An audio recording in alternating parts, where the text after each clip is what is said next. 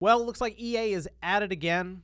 I gotta admit, I was kind of expecting this anyway, but it is sort of a shame to see how this is playing out. And that has to do with Skate. Now, when they first showed Skate a couple of years ago, it was really exciting to see EA going back to it. They got some of the older developers together, and it sounded like they were going to make a real run at making Skate 4. Great. But in a most recent video, it looks like it's back to EA being EA, as Skate is going to be a free-to-play live service game. We'll go over that here today. Guys, if you enjoy these videos, make sure that like button helps out a ton. And if you're new to the Spawnwave Plus channel, make sure you subscribe down below. Let's head over here. This is Eurogamer.net. Like I said, there's like an 18 or 19-minute video that was released called The Boardroom Skate, which is what they're calling it. It's just Skate, all lowercase, period. That's it. Which, for what they're attempting to do here, which is make one Skate game going forward and just updating that consistently, it makes sense why you wouldn't number it or anything there. But it does mention mobile. So yes, PC, consoles, and on phones. Anyway, we can look here. It says, framing its free-to-play live service announcement as a chance to listen to players over the course of time, put features in they want into it.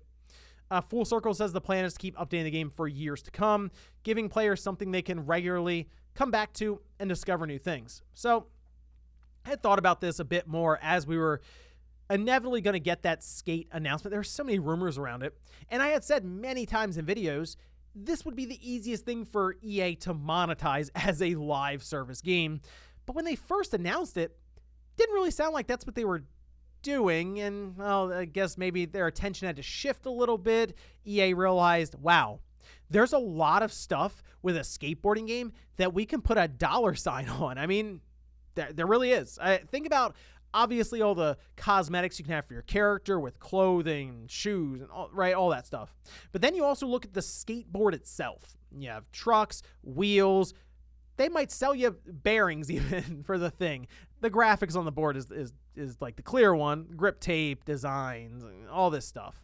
Things that would have been unlockable in other games, like even Tony Hawk Pro Skater 1 and 2, will probably be something you buy in this one. That's my biggest thing now, though, is since we're hearing about this being a live service experience now, it's free to play, we understand where the money has to come from. And Halo Infinite, I know I bring that up a lot, but that was a game that went from being a series that was full price, you bought it and that was it, to being free to play. And we saw where their focus went immediately. The cash shop always works. It's always updated. The other side, though, the game itself isn't really. And that's because the cash shop is where they make a lot of their money, all the money. So that's sort of something I'm a little concerned now about with EA, live service, free to play, microtransactions. Like, yeah, that I'm sure the cash shop is going to work really, really well and it'll be updated a lot. What about the rest of this game? They do mention that the regular influx of new gameplay elements and tweaks, new content releases and events, and lots of seasonal drops. So they'll probably have like essentially a battle pass, or they'll call it something else there. The mobile release pretty early on. Not too surprised about a mobile game, since we see many large intellectual properties from game companies that like these live service stuff, like Ubisoft, moving The Division to mobile games, mobile platforms. And we saw the game kind of in action recently with gameplay and screenshots. Mobile technology is getting further and further along to where it is looking more and more like a console game, but still it is leveraging a touch screen, and that can be a whole thing there. But they do say, Full Circle says, it's taking its inspiration from its monetization model from games like Apex Legends, where spending money is mostly about cosmetics and convenience. If you were a regular player for Apex Legends, you need to let me know in the comments how concerned I should be after they made that statement there. Because I hear convenience, and I'm like, okay, like experience boosters, skill boosters. I mean, they say Skate won't be pay to win, and players won't need to pay to unlock any gameplay elements, areas of the map.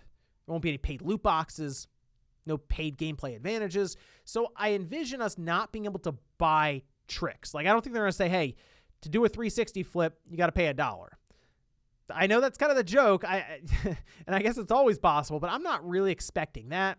What I would expect is that you would buy hats or different shirts or graphics on your board, and not necessarily interfere with the gameplay side of things. But now they're wading into the territory of live services.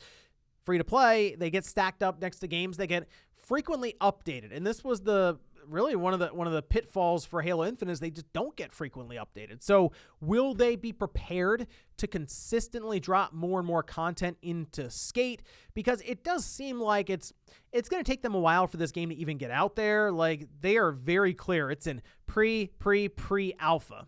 Like, we've seen some of the playtests, and there's no textures on the ground or characters or anything like that. And they're very transparent about the development cycle and where they are in the process, which is making it feel like Skate, which is great. I'm glad they're not just shoving this thing out the door and they're like, hey, it's free. What do you want from us, right? We'll add content as we go. So at least they're not falling into the issue of releasing too early. But this is definitely a deflating update here, at least for me. I'm sure there are people who are like, cool, it's going to be free to play. I can try it out. And I'm sure for EA, this makes the most financial sense for the direction of a game that's going to take a bit longer to create and develop. And I don't think Skate is going to show up and sell 10 million copies or something. And in EA's mind, they're more interested in the monthly active user as opposed to the initial upfront $60 or $70. I do want to give them credit. They will have full crossplay and cross progression across PC and consoles. So it's not just consoles like Xbox to PlayStation. They will have cross progression for PC. That's great, because on PC there's Session and there's like Skater XL is like the more simulation skateboarding game. So there certainly, I would say, a need for a big budget skateboarding simulation game like this one.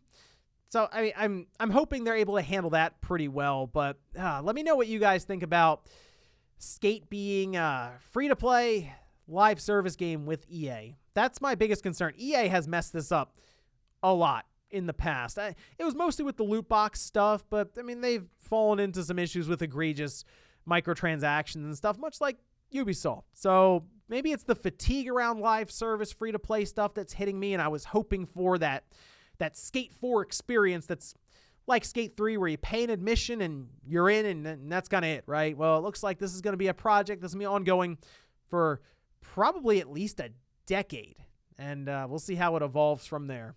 Thanks, guys, for watching, and I'll see you next time.